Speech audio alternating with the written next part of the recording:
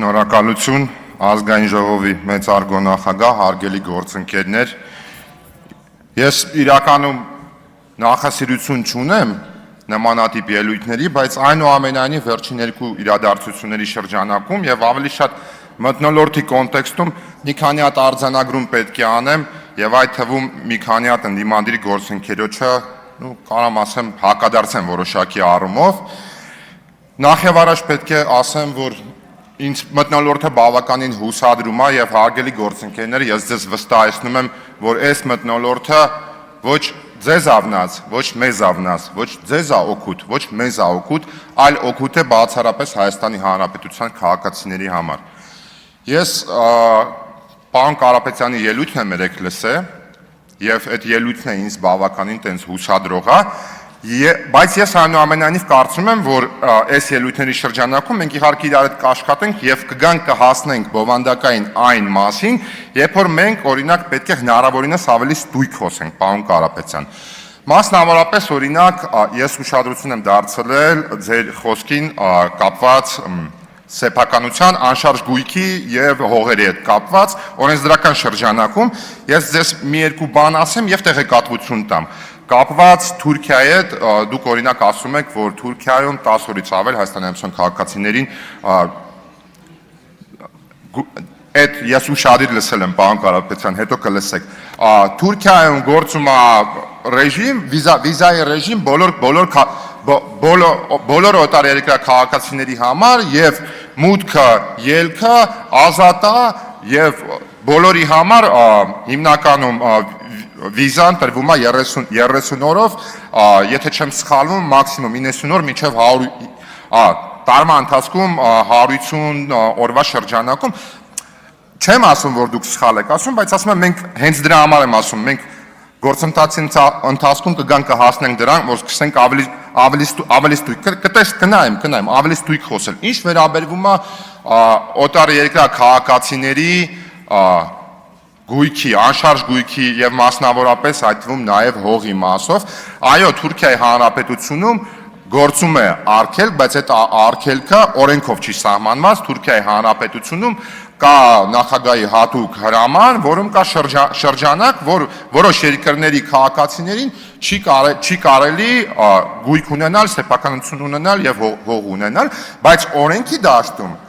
շատ կարեւոր է, էլի պրակտիկորեն, այդ դաշտը ազատ է։ Դա ենթաօրենսդրական ակտերով է սահմանվում։ Ինչու համար եմ սրա վրա շեշտադրություն դնում, որտեղ իրականում երբ որ ես 8-րդ գումարման ազգային ժողովի падգամավոր էի,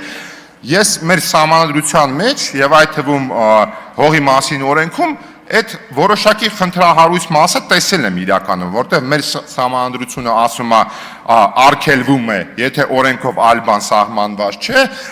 հողի մասին օրենքի, եթե չեմ սխալվում, 4-րդ հոդվածի 3-րդ կետը եւ 3.1 կետը, որոշակի ես իմ համար հակասություն եմ տեսել, ինչի վերաբերյալ նաեւ կազմել եմ օրենքի նախագիծ, որը որ բան կանի, ոնց որ ասած, որոշակի սահմանափակումներ կդնի կամ հստակություն կմտցնի, երևի տենց ասեմ ավելի շատ,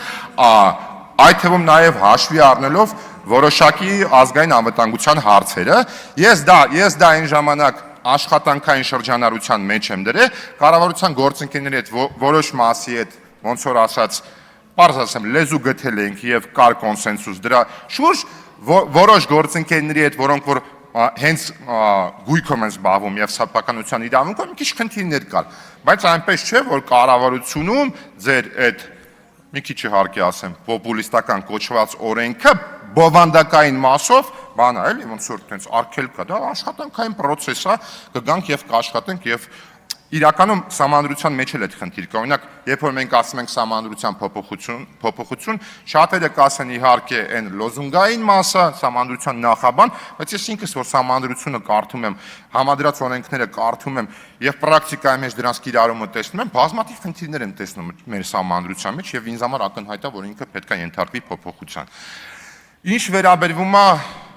հայտնի 300,000 ադրբեջանցիների, դա դուք իհարկե որպես մեխանիզմ եք ներկայացրել դրա զսպման, որ ակնկալում եք, որ կգա, երբ որ իմ գործընկերները ասում են, որ նախընտրական շրջանում դա հոգեբանական հարձակում է եղել, դա իսկապես այդպես է եղել, առավել եւս, որ ձեր քաղաքական ուժի լոգոյի ներքո է եղել։ Դա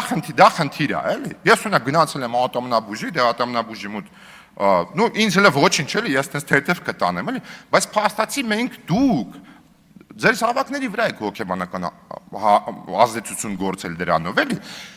Այդ մասին չեմ անդառնում, բայց այնուամենայնիվ, ելի եմ ասում, ես մեխանիզմը ձեր ասած ընդունում եմ, դա քննարկել է, իհարկե, դա ինչու, առավելևս որ տարածաշրջանում կան օրինակներ, երբ որ արտաքին կապիտալը որ գալի մտնում է ինչ-որ մի երկիր, սկսում է ավելի շատ ազդեցություն գործել, դա բնական բան է, բնական երևույթ է։ Ինչ վերաբերում է Ադրբեջանում հայտնի կազմակերպության վերաբերյալ, որը որ դուք բարձրաձայնում եք։ Շատ լավ է, որ դուք գալիս եք ազգային ժողովի այս ամբիոնից, դա բարձրաձայնում եք եւ ասում եք, որ այդ կազմակերպությունը խնդիր է ստեղծում, որովհետեւ դա մեր, կարամ ասել, պաշտոնական Երևանի ասելիքն է, որ ձեր մատնանշած կազմակերպության մասին, երբ որ մենք Ադրբեջանի Հանրապետությունից ասելիք ենք լսում, դա խաղաղության գործընթացի ամրապնդմանը ոչինչով չի նպաստում, բացարձակապես ոչինչով եւ դրա մասին բազմիցս խոսվում է եւ կարծում եմ դեռ ապագայում կխոսենք դրա վերաբերյալ, բայց այնուամենայնիվ փաստացի, երբ որ մենք այստեղից դա բարձրաձայնում ենք եւ դուք եք դա բարձրաձայնում, ես էլ եմ ձեզ ասում, դուք մենք այդ առումով, այդ օրակարգի մեջ միասնական ենք, այդ խոսույթը խաղաղության գործընթացի խանգարում է, այստեղ բազմաթիվ գործընկերներ ունեմ, կառավարության գործընկերներն են, վարչապետն է դրա մասին բազմիցս ասել, երբ որ այդ խոսույթը սկսվում է խաղաղության գործընթացը, քանի որ խաղաղության գործընթացը այդ դեպքում մեր հասարակության համար որոշակի առումով սկսում է ռիսկային թվալ այդ ենթադրյալ իրավունքի շրջանակում, որը որ բարձրաձայնվում է։ Շատ չերկարացնեմ, ես այսքան ժամանակ իհարկե պարոն Լևոն Քոչարյանին գայթակղությունը միշտ մեծ ա եղել իրան անդրադառնալու, բայց միշտ ինձ որոշակի առումով զսպել եմ։ Բայց այսօր մի հատ, չգիտեմ, ճիշտ կլինի ասել, որ ինձ համար կամ իմ հետ մի հատ հայրեն, չգիտեմ, էլի ճիշտ կլինի ասել, որ դարակազմիկ մտքի վրա եմ ինձ բռնել մի հատ, երբ որ պարոն Ռուբինյանն է ելույթ ունենում եւ պարոն Քոչարյանը արձագանքում էլ հերթական անգամ արդարանալով, ցավոք սրտի ստեղ չի պարոն Քոչարյանը, բայց ոչինչ վստահ եմ կլսի կամ լսում է,